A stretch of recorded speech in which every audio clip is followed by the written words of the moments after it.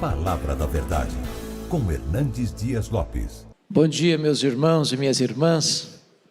Privilégio estar com vocês hoje. Queremos cumprimentar também a todos que estão nos acompanhando virtualmente. Nós vamos hoje expor o Salmo 90. Peço que você abra sua Bíblia nesta passagem, Salmo 90.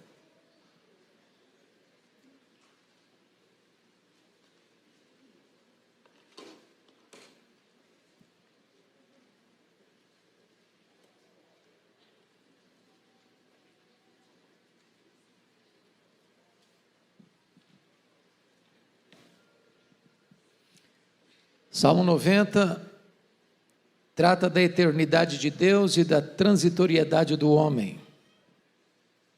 Este é um salmo de Moisés e ele diz assim: Senhor, tu tens sido o nosso refúgio de geração em geração. Antes que os montes nascessem e se formassem a terra e o mundo, de eternidade a eternidade, tu és Deus. Tu reduzes o homem ao pó e dizes: tornai filho dos homens. Pois 1000 anos aos teus olhos são como o dia de ontem que se foi e como a vigília da noite. Tu os arrastas na torrente, são como um sono, como a relva que floresce de madrugada. De madrugada viceja e floresce, à tarde murcha e seca. Pois somos consumidos pela tua ira e pelo teu furor conturbados. Diante de ti puseste as nossas iniquidades, sob a luz do teu rosto os nossos pecados ocultos. Pois todos os nossos dias se passam na tua ira, acabam-se os nossos anos como um breve pensamento. Os dias da nossa vida sobem a 70 anos, ou, em havendo vigor, a 80. Neste caso, o melhor deles é canseira e enfado, porque tudo passa rapidamente e nós voamos. Quem conhece o poder da tua ira? E a tua cólera segundo o temor que te é devido? Ensina-nos a contar os nossos dias, para que alcancemos coração sábio. Volta-te, Senhor. Até quando? Tem compaixão dos teus servos. Sacia-nos de manhã com a tua benignidade, para que cantemos de júbilo e nos alegremos todos os nossos dias. Alegra-nos por tantos dias quantos nos tens afligido, por tantos anos quanto suportamos a adversidade. Aos teus servos apareçam as tuas obras e a seus filhos a tua glória. Seja sobre nós a graça do Senhor nosso Deus. Confirma sobre nós as obras das nossas mãos. Sim, confirma a obra das nossas mãos. Amém. Então eu quero hoje conversar com vocês sobre o tema a eternidade de Deus e a efemeridade do homem. Dos 150 poemas do Saltério, este é o mais antigo. Este salmo foi escrito há 3.500 anos. Esse salmo foi escrito por Moisés. E é o único salmo no Saltério que foi escrito por Moisés. Este salmo tem sido considerado por alguns estudiosos como a mais sublime composição humana e talvez o mais imponente na sua concepção teológica. Ele retrata com cores vivas e eloquentes quem é Deus e quem é o homem. Ao mesmo tempo que ressalta a eternidade de Deus, a santidade de Deus, também ele enfatiza a efemeridade humana e a pecaminosidade humana. Este salmo abre o quarto livro dos Salmos. Vocês sabem que os Salmos são 150 poemas divididos em 5 livros. O primeiro livro do Salmo 1 ao 41, o segundo livro do 42 ao 72, o terceiro livro do 73 ao 89, o quarto livro, começando com este Salmo 90 até o Salmo 106, e o quinto livro do Saltério, do 107 ao 150. Portanto, dos 5 livros do Saltério, este, o quarto, é o menor de todos. A maioria desses salmos são anônimos. Esse que abre o quarto livro do Saltério foi escrito por Moisés. Nós poderíamos, a grosso modo, dividir esse salmo em 3 aspectos. Primeiro, somos viajantes e Deus é o nosso lar. Versos 1 e 2. Segundo, nós somos aprendizes e a vida é a nossa escola. Versos 3 a 12.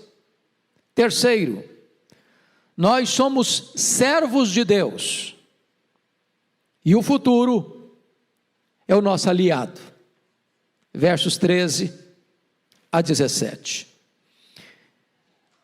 Eu gostaria então de, primeiramente, falar um pouco sobre o autor desse salmo antes de entrar no contexto dele e no conteúdo dele, para que vocês possam compreender o que ele está dizendo. Moisés é uma figura emblemática na Bíblia. Moisés é o grande legislador e o grande libertador do povo de Israel.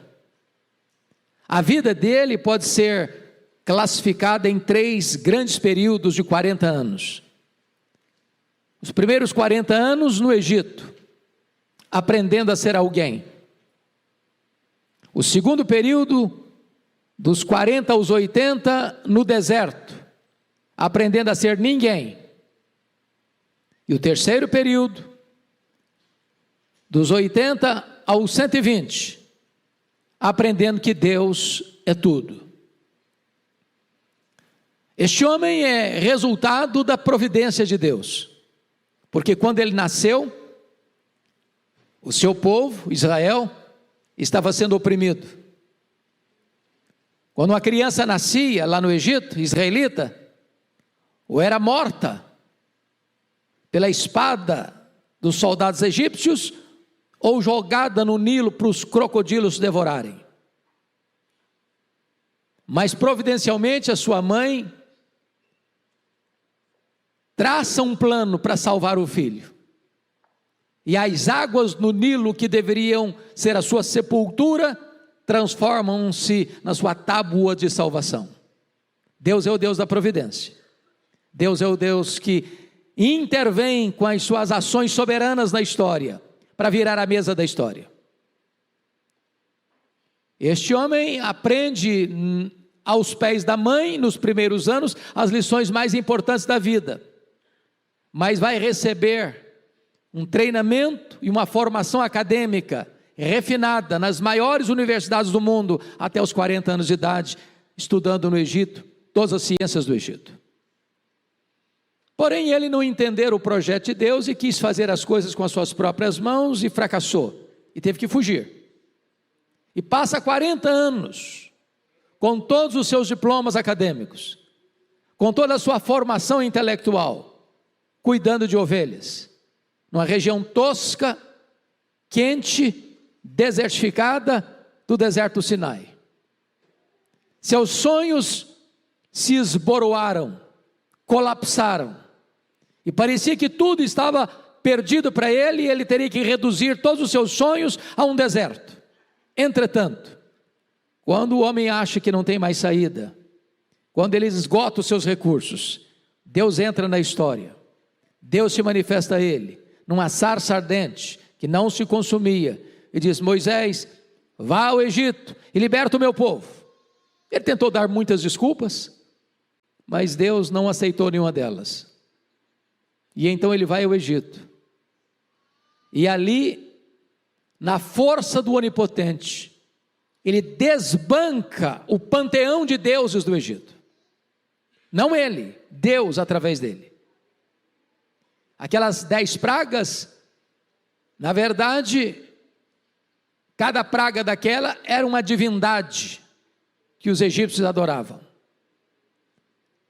Antes de Deus tirar o seu povo do Egito, Deus está mostrando para o povo egípcio o seguinte: os deuses em quem vocês confiam são uma nulidade.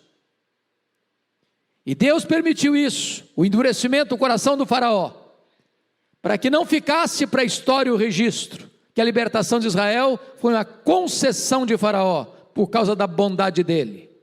Porém, a libertação de Israel do Egito foi que o Deus Todo-Poderoso prevaleceu sobre as divindades pagãs do Egito.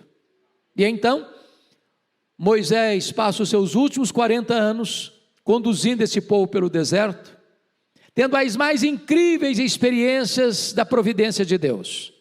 O mar se abrindo, o maná caindo, a água brotando da rocha, o calçado não envelhecendo nos pés, a roupa não puindo no corpo, e Deus então conduzindo esse povo com vitórias esplêndidas e maiúsculas, até esse povo ser introduzido na terra de Canaã. Esse salmo foi escrito certamente no final da vida de Moisés, como uma espécie de testemunhal. Quem é Deus? Quem nós somos? E quão carentes da graça de Deus cada um de nós é. Então, com a Bíblia aberta comigo, no texto, vamos examiná-lo. Em primeiro lugar, vamos falar sobre a eternidade de Deus e a mortalidade do homem, nos versos 1 a 4. E o primeiro ponto que eu destaco: Deus, o refúgio eterno do seu povo, no verso 1. Senhor, e aqui Senhor não é Yahvé, aqui Senhor é Adonai, é o Deus Todo-Poderoso. Senhor, Tu tens sido nosso refúgio de geração em geração. E a ideia aqui não é só que Deus é refúgio no sentido de amparo, protetor, defensor. A ideia de refúgio aqui é maior do que isso. A ideia aqui é de casa, é de lugar onde você habita, é o seu lar, é a sua residência, é onde você mora, é onde você encontra refrigério, proteção, provisão. Aliás, o próprio Moisés já havia dito em Deuteronômio 33, versículo 27, o Deus eterno é a tua habitação. Vejam isso, irmãos. Moisés está escrevendo esse salmo no deserto, de tendas, dormindo debaixo da abóbora celeste, com o céu estrelado, com todos os riscos de um deserto, das bestas feras, das víboras peçonhentas, da exposição a inimigos terríveis. Mas ele então entende uma coisa: diante dos riscos da vida, o nosso Deus é a nossa casa mais segura, é dentro dele que nós moramos, é nele que nós habitamos. Ele é aquele que nos cerca por todos os lados, e Ele é o nosso refúgio, Ele é a nossa habitação. Quando? De geração em geração.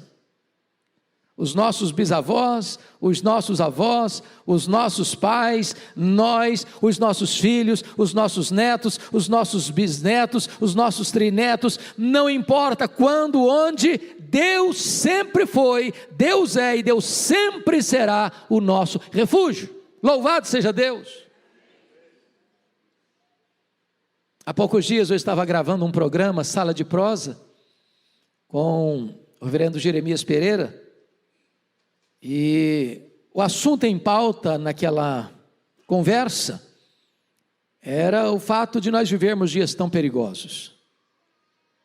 E tem muitos pais hoje, muitos jovens casais, melhor dizendo, que dizem assim: olha, quer ter filho? Não, está muito difícil, está muito perigoso, está muito ameaçador.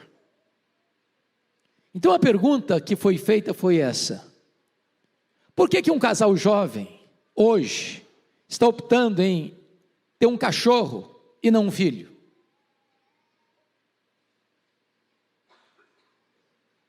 Por que tantos estão com medo de ter filhos hoje?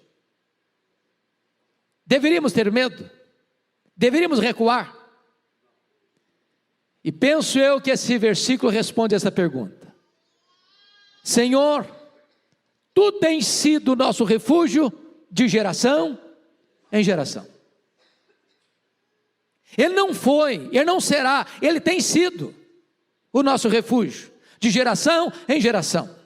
Deus vai lhe dar graça para criar os seus filhos, Deus vai lhe dar graça para ver os seus netos florescerem, Deus vai lhe dar graça para ver a sua geração andando com Deus, servindo a Deus e sendo protegida por Deus, apesar de todos os riscos e perigos da nossa sociedade. Louvado seja Deus. Segunda coisa, Deus, aquele que preexiste a criação. Olha o verso 2 comigo. Antes que os montes nascessem e se formassem a terra e o mundo, de eternidade a eternidade Tu és Deus. O que esse texto está nos ensinando? Que Deus já existia quando nada existia. Quem criou Deus? Ninguém, Ele não foi criado, Ele é o Criador. Quando Ele passou a existir? Ele não passou a existir, Ele é o Pai da eternidade. Na verdade, os montes grisalhos, pela neve dos tempos, são apenas um bebê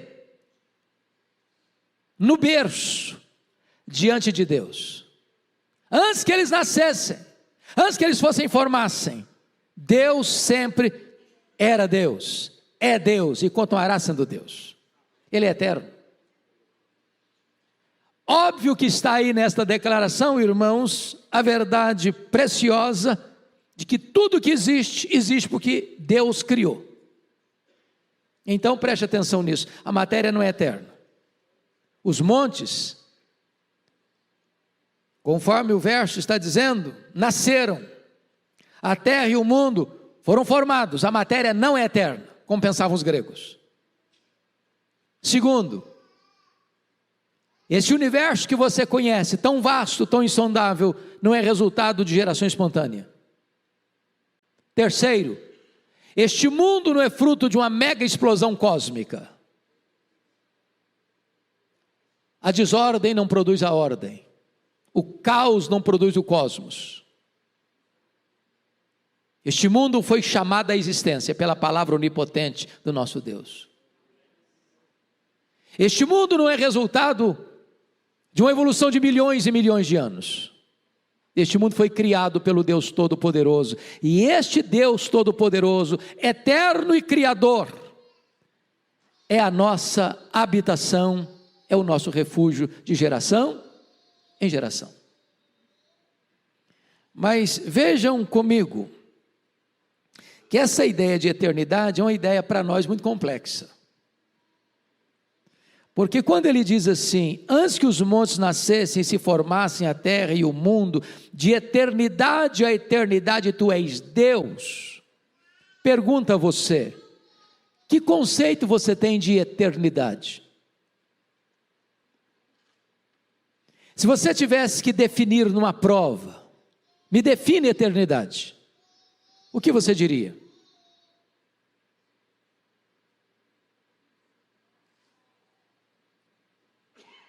Se você me pedisse para definir tempo, talvez fosse melhor, mais fácil. Então, me permita clarear um pouco. Imagine que você tenha na sua conta 1 milhão de anos. 1 milhão de anos.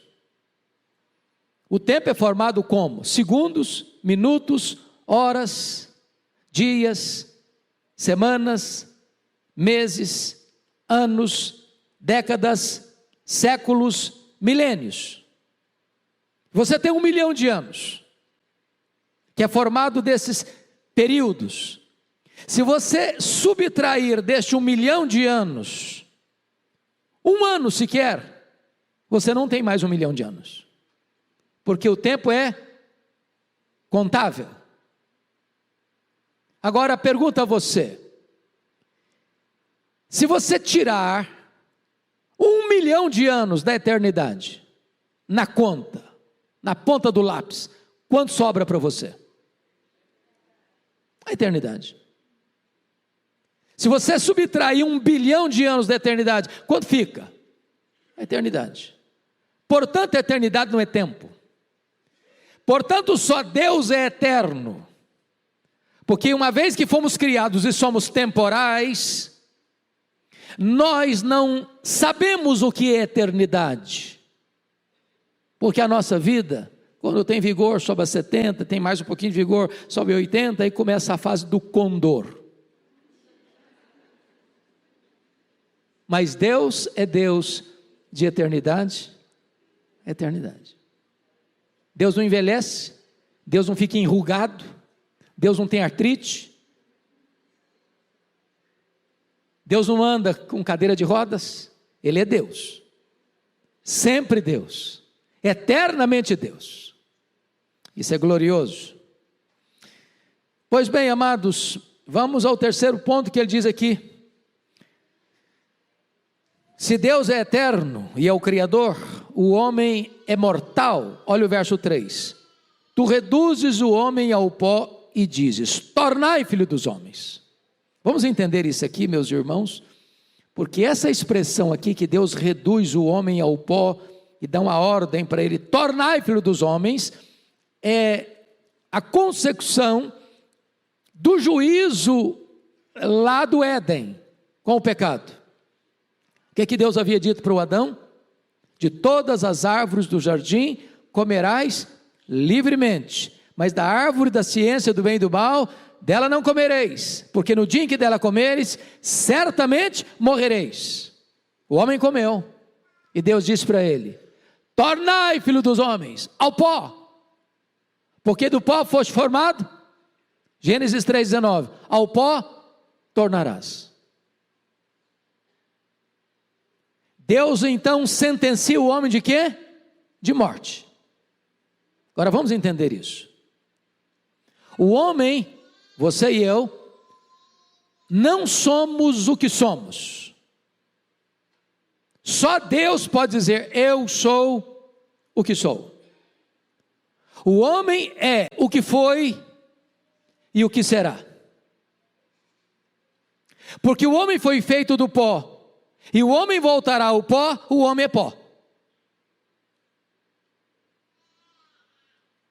Só Deus pode dizer: eu sou o que sou. Me permita explicar.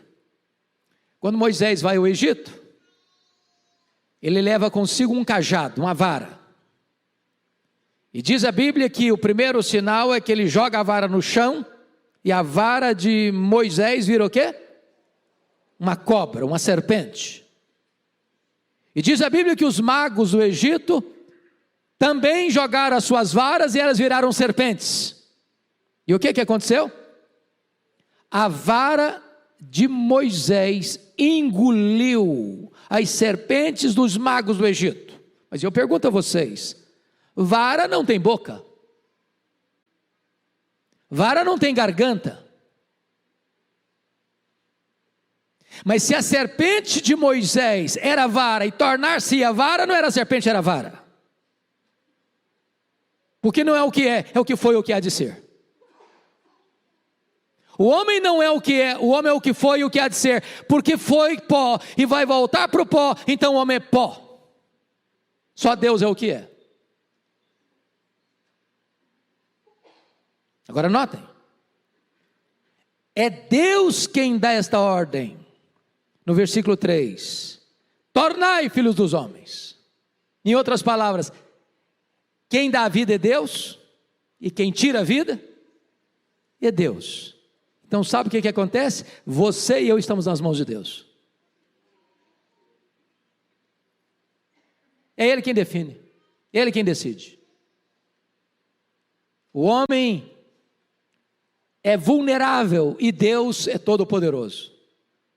Essa é a verdade que Moisés, com tanta eloquência, retrata para nós. Mas em quarto lugar, vejam vocês que se o homem é mortal, Deus é atemporal. Confira o verso 4. Você pode ler o 4 comigo? Vamos juntos?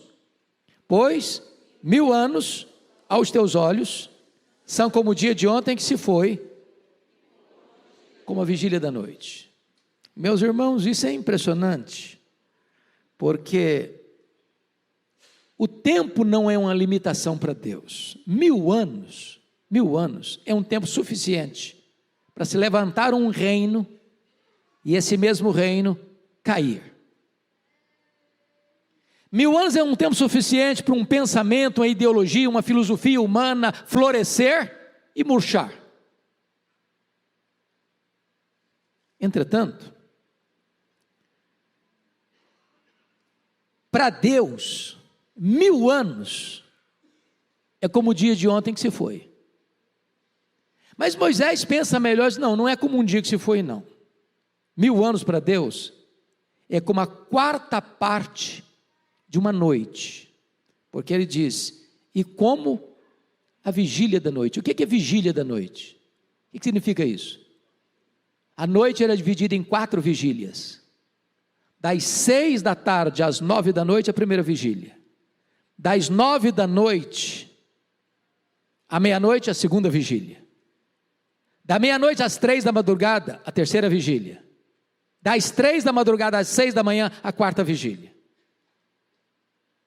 E ele disse, para Deus 1000 anos é como o dia de ontem que se foi. Aí eu penso, não, deixa eu melhorar a figura, deixa eu melhorar com o conceito. Para Deus 1000 anos é como 3 horas, como a vigília da noite, uma vigília da noite. Este é o seu Deus.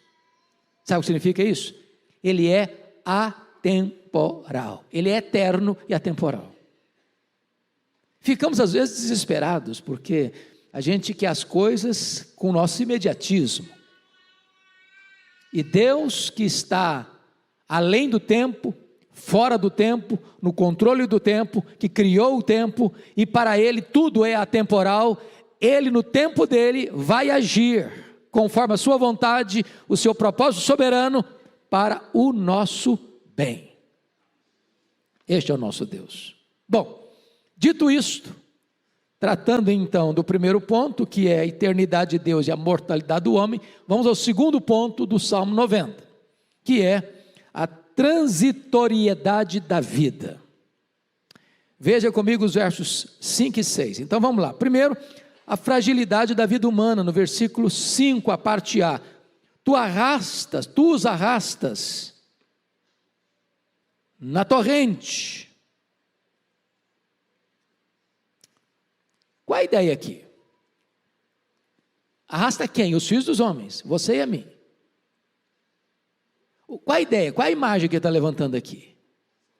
O que ele está levantando aqui é a fragilidade da vida humana. A imagem que ele diz aqui é de um tsunami.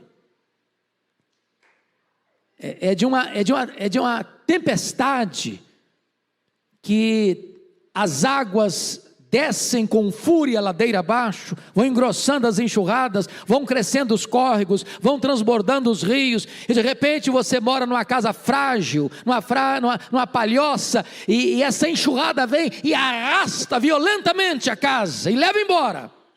É dessa maneira que o homem é absolutamente vulnerável, absolutamente frágil, inegavelmente incapaz. Talvez você possa ilustrar isso com a pandemia que chegou, 6 milhões de pessoas mortas, gente riquíssima morreu, gente paupérrima morreu, gente jovem morreu, gente velha morreu, cientista morreu, médico morreu, governantes morreram.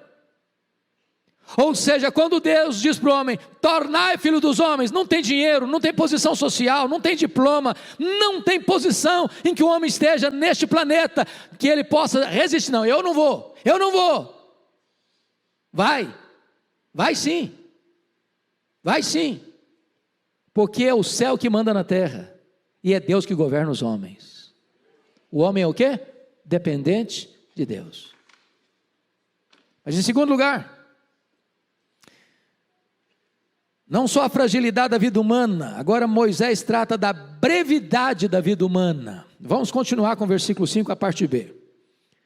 São como um sono, como a relva que floresce de madrugada viceja e floresce, à tarde murcha e seca. Então vamos pegar as duas imagens, sono. Você sonha? Você tem sono? Quando você dorme, pressupõe que você vai fazer o quê? Vai acordar, porque se você não acordar, você não sonhou, você morreu. Então o que é sono? É uma coisa breve, passageira, que tem começo e fim, e breve. Ninguém passa 24 horas num dia, hoje eu vou hibernar 24 horas, e você sonha os 24, não, sonha um negócio que vem, você nem sabe como longo é, porque você está dormindo. A vida é assim. Mas aí ele sai dessa figura, do leito, da cama, onde você deitou para dormir, para descansar, e sonhou, e começa a pensar no campo. Eles dizem como a relva. E a relva, ela tem a fase dela, ela viceja, ela floresce, ela murcha, ela seca, ela acaba. É assim a vida humana. Meus irmãos, o que isso significa para nós? Significa para nós. O que esse texto está nos mostrando é que você e eu não somos um cedro, nem você e eu somos um carvalho. Você e eu somos como relva, frágil assim, passa rápido assim pela vida. A Bíblia usa outras figuras, a vida é como um breve pensamento, ou como a agulha do tecelão. Você já viu uma pessoa costurando, um bordado? Você não consegue contar a batida da agulha. É assim a vida. Ou como um corredor veloz. A vida é breve. É isso que o Salmo está dizendo. E por que ele está colocando isso? Ele está contrastando que Deus é eterno, que para Deus 1000 anos são como 3 horas. Se Deus é eterno, se Ele já era Deus antes que os montes fossem cobertos de neve, e os montes cobertos de neve não passam de um bebê diante de Deus, você e eu somos mortais, limitados, peregrinos, estamos apenas de passagem. Essa é a imagem que ele busca nos ensinar. Dependemos, portanto, de Deus para viver, dependemos de Deus para morrer. Pois bem, agora vamos ao terceiro ponto que ele vai ensinar para nós nesse salmo. Ele falou da eternidade de Deus e da mortalidade do homem. Ele falou da transitoriedade da vida, agora ele vai tratar da pecaminosidade do homem, nos versos 7 e 8. Olha aí comigo. Pois somos consumidos pela tua ira e pelo teu furor conturbados, diante de ti puseste as nossas iniquidades e sob a luz do teu rosto os nossos pecados ocultos. O que ele está dizendo? Além de eu ser vulnerável, de ter uma vida curta, ele está dizendo, eu sou um pecador. E diante desse Deus, que já existia antes que o mundo começasse a existir, porque foi Ele que criou, não tem como eu esconder a minha vida.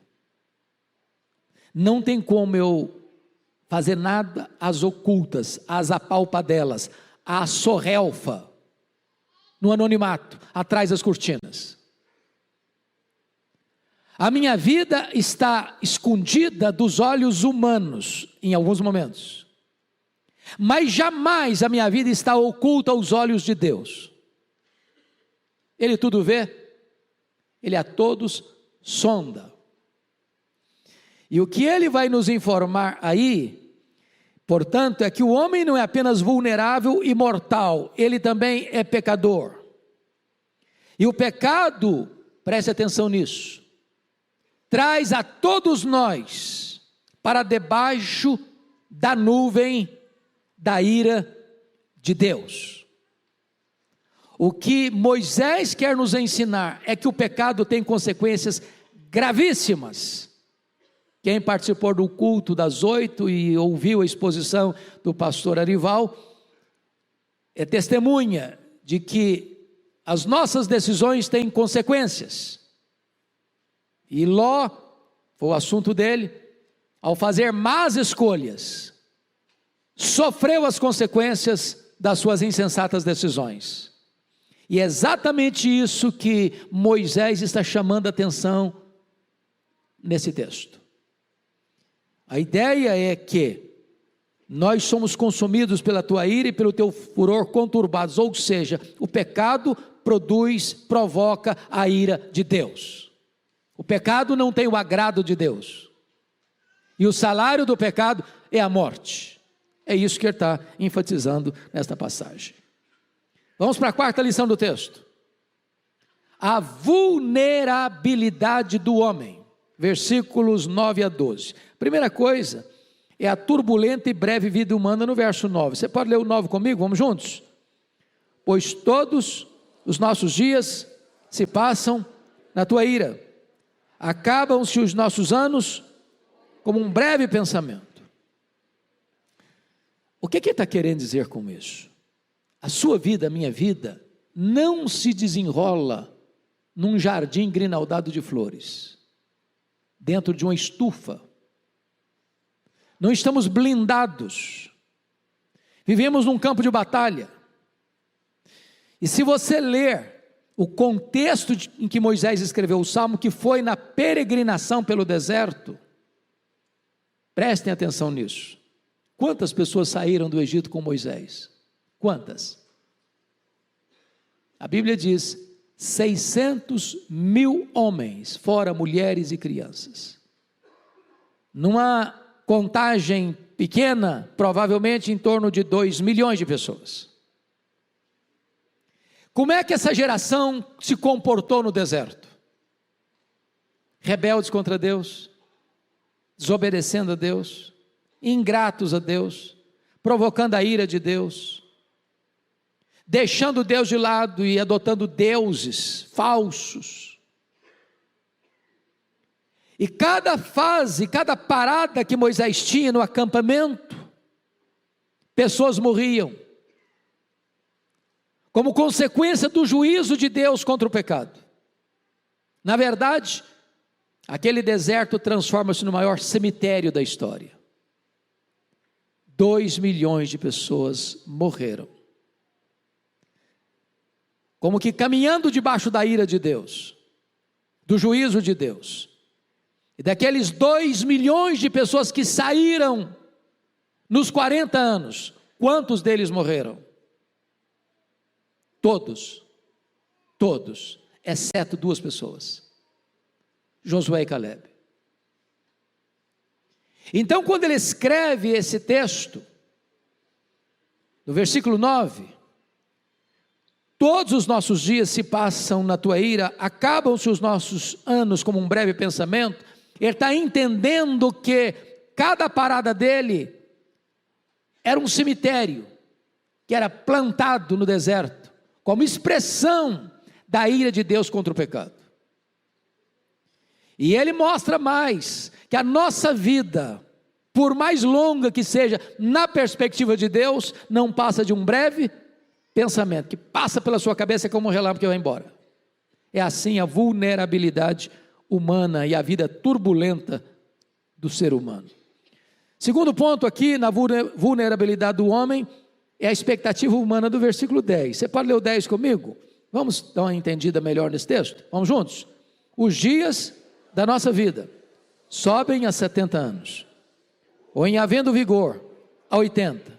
Neste caso, o melhor deles é canseira e enfado, porque tudo passa rapidamente e nós voamos. Bom, é quase desesperador, não é não? Quem já está aí batendo na trave, é complicado. Dr. Billy Graham, no último livro que escreveu, disse uma frase que valeu o livro para mim. Ele diz assim: a velhice não é para os fracos.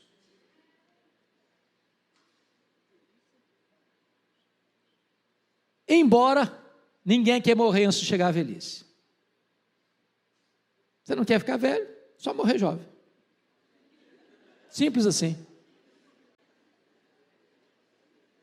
Agora, nós criamos algumas coisas que eu acho engraçada, abrindo o coração com vocês. A gente tenta tapar o sol com a peneira.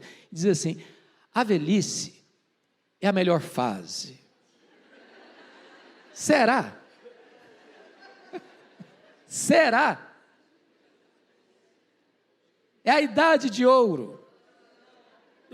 Está mais para latão ou bronze, né? Eu posso falar isso que eu estou com os cabelos brancos, viu, gente? Eu estou falando de mim mesmo. Então a gente cria algumas imagens assim para dar uma animada no pessoal, mas a gente tem que parar para ser real. A Bíblia não diz que a terceira idade, ou a quarta idade, ou a idade da velhice é a melhor fase, não.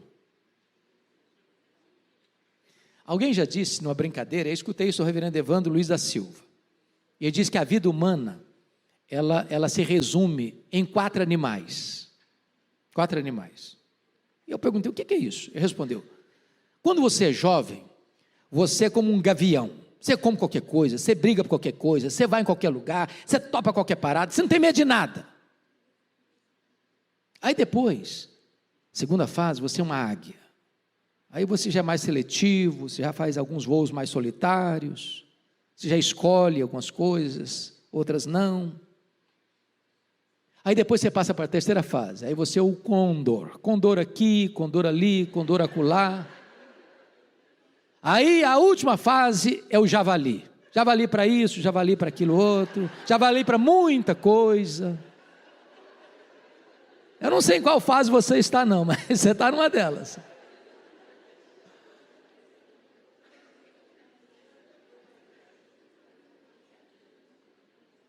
Bom, eu acho que o que ele está querendo dizer para nós no verso 10 é o seguinte: a velhice chega, e chega rápido.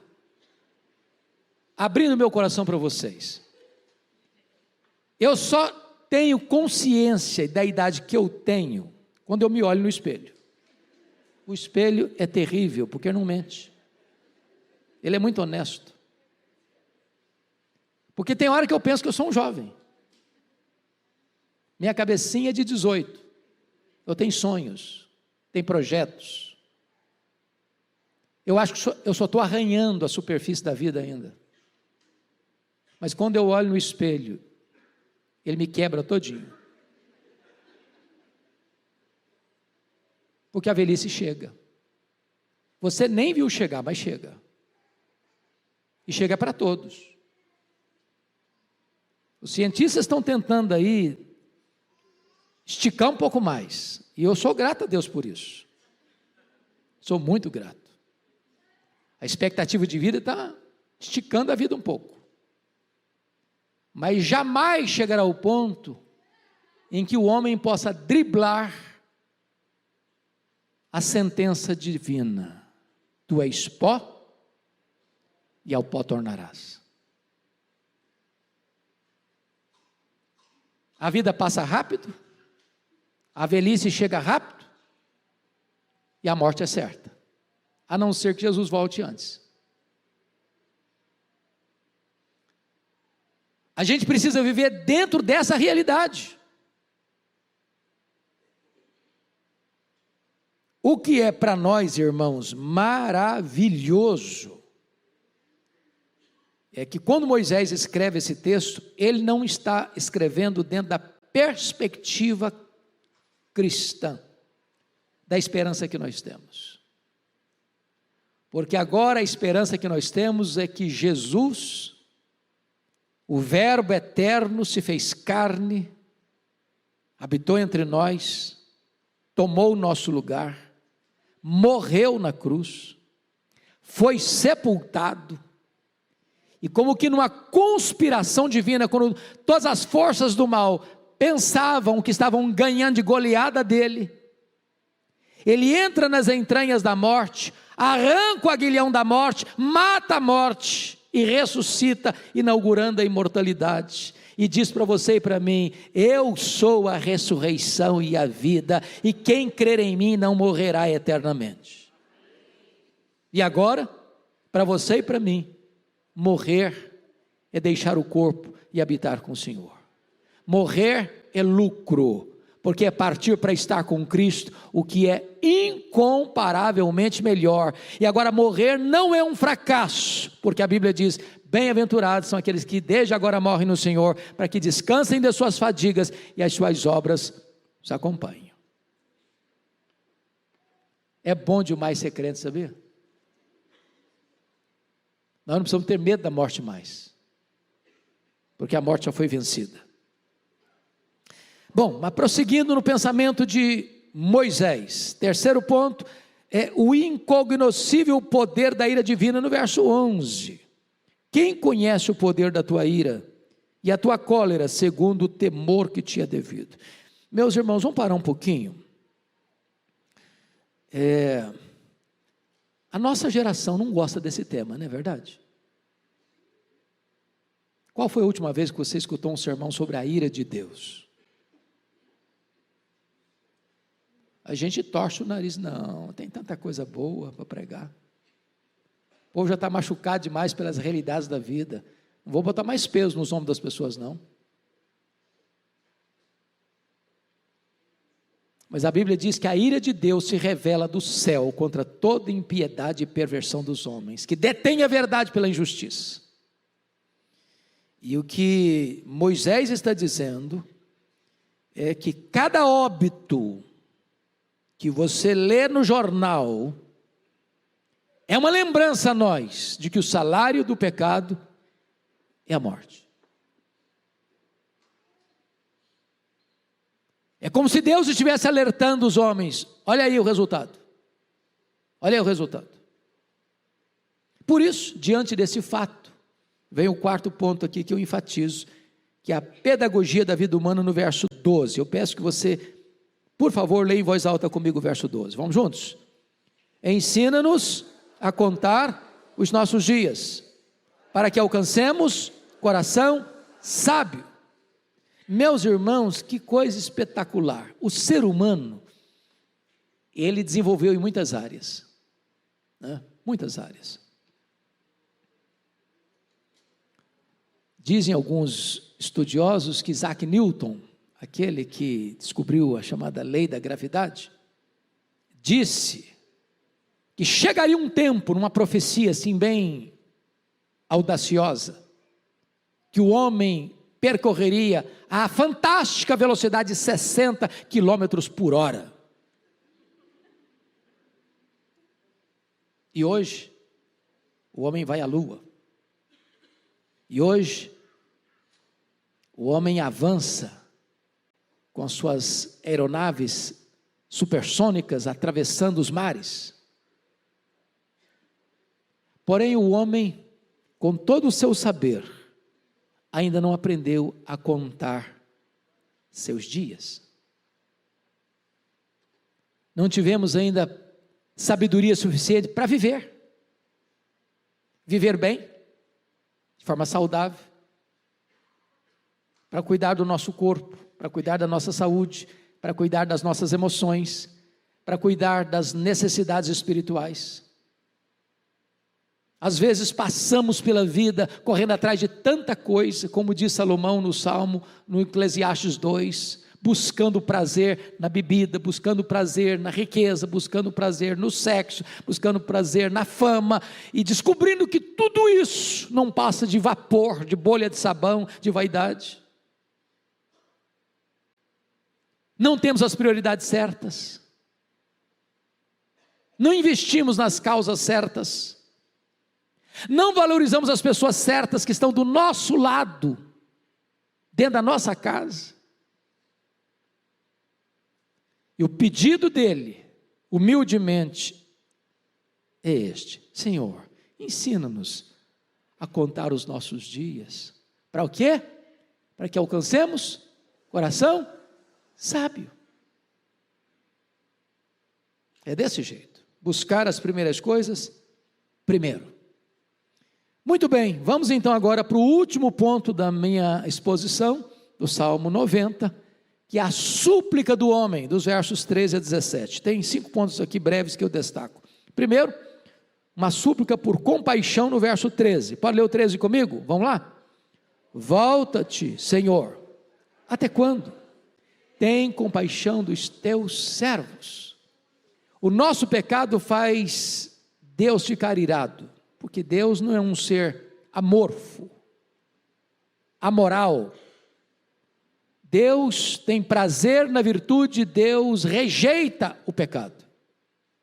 A sociedade aplaude o pecado, Deus não. A única coisa que você e eu precisamos fazer nesse contexto é dizer para Deus: volta-te, Senhor. Até quando? Tem compaixão dos teus servos. Agora preste atenção nisso, que no verso 3, foi Deus quem disse: tornai filhos dos homens. Agora é o povo que pede para Deus. O verso de número 13, volta-te, Senhor. Como é que esse povo chega diante de Deus? Estadeando seus direitos? Drapejando as bandeiras das suas virtudes? Proclamando seus direitos? Não. Tem compaixão. Tem compaixão. Tem compaixão. Tem compaixão. Me permita dizer isso. Não tem espaço para orgulho no coração do homem, se ele entende duas verdades. As duas verdades do Salmo 90. Primeiro, que Deus é eterno, que Deus é soberano, que Deus tem o controle de tudo. E se eu reconheço, em segundo lugar, que eu sou mortal, vulnerável, pecador, e que careço da graça de Deus para nascer, para viver e para morrer. Pode ter certeza disso. Uma pessoa soberba, ela não conhece a Deus. Segundo, uma pessoa soberba não conhece ela mesma. É impossível conhecer a Deus e a si mesmo e ter o nariz empinado. O pedido é de misericórdia, compaixão. Segundo ponto, uma súplica por satisfação. Você pode ler o 14 comigo? Vamos juntos? Sacia-nos de manhã com a tua benignidade, para que cantemos de júbilo e nos alegremos todos os nossos dias. O que esse homem está pedindo? Ele está fazendo um pedido por satisfação. Sacia-nos. E o que ele pede? Dinheiro? Riqueza? Sucesso profissional? Saúde? Fama? O que ele está pedindo para Deus para se sentir saciado? A benignidade de Deus. Sabe o que ele está dizendo, irmãos, trocando em miúdos? Essa fome que você tem dentro de você, foi Deus quem colocou. Eclesiastes 3,11 diz que Deus botou a eternidade no coração do homem, e nada daquilo que é terreno e temporal vai preencher esse vazio. Só Deus preenche esse vazio. Essa é uma súplica por satisfação que você só encontra em Deus. Nós chamaríamos isso de avivamento espiritual. Terceiro, uma súplica por troca radical. Troca radical. Olha comigo o versículo 15. Leia comigo, por favor. Alegra-nos por tantos dias, quantos nos tens afligido, por tantos anos, quanto suportamos a adversidade. Sabe o que ele está dizendo? Ô Deus, na mesma proporção E no mesmo tempo que nós fomos afligidos por causa dos nossos pecados, ó Deus, alivia para nós, traz alegria para nós, dá vitória para nós. O que na verdade Ele está pedindo é que Ele anseia pela alegria na mesma medida que Ele suportou a adversidade. Ele está pedindo tempos de refrigério. Irmãos, isso a gente tem que fazer também, sabia? Às vezes você passa a vida inteira gemendo, a vida inteira chorando, a vida inteira sofrendo. E a oração de Deus, assim como nós enfrentamos todos os anos sofrimento, ou todos os dias tristeza, ô Senhor, muda o placar desse jogo, nós estamos levando de goleada, ô Senhor, vira o placar para nós, dá alegria também, dá refrigério também, na mesma medida e no mesmo tempo que fomos afligidos, muda esse quadro, Senhor. Você tem feito essa oração? Oh Deus, nós estamos precisando de um pouco de mel, de bálsamo, nós estamos precisando de um pouco de orvalho na cabeça, nós estamos precisando de um pouco de sorriso nos lábios, nós precisamos de um pouquinho de folga, Senhor, de refrigério, Senhor, de consolo, Senhor. Mas amados, finalmente, Ele suplica pela manifestação da glória e da graça de Deus nos versos 16 e 17. Você pode ler comigo para a gente fechar? Aos teus servos apareçam as tuas obras, e a seus filhos a tua glória. Seja sobre nós a graça do Senhor nosso Deus. Confirma sobre nós as obras das nossas mãos. Sim, confirma a obra das nossas mãos. Você se lembra quando Moisés pediu para ver a glória de Deus? E Deus diz: não, você não vai ver a minha glória. O que é a glória de Deus? É a manifestação plena de Deus em todos os seus atributos. E a Bíblia diz que diante da glória de Deus até os serafins cobrem o rosto. Deus diz para Moisés: eu não vou te mostrar a minha glória, você não vai suportá-la, mas eu vou te mostrar a minha bondade, eu vou te mostrar a minha graça. Nas palavras de Paulo, a minha graça te basta. E o que Ele está pedindo, seja sobre nós a graça do Senhor nosso Deus. A graça é suficiente, o poder se aperfeiçoa na fraqueza. E se Deus resplandecer sobre nós o seu rosto e trouxer sobre nós a sua graça, então nós vamos caminhar vitoriosamente, de uma forma feliz, de uma forma plena, de uma forma segura. E Ele pede: Senhor, confirma sobre nós as obras das nossas mãos. Sim, confirma a obra das nossas mãos. Senhor, o que nós fizemos, limitadamente, imperfeitamente, mas confirma, Senhor, as obras das nossas mãos.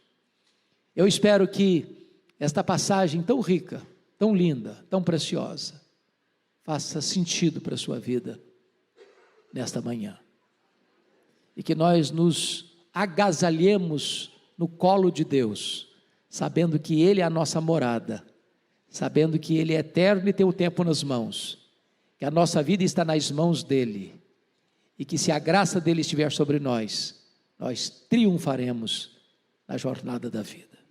Vamos ficar em pé, vamos orar.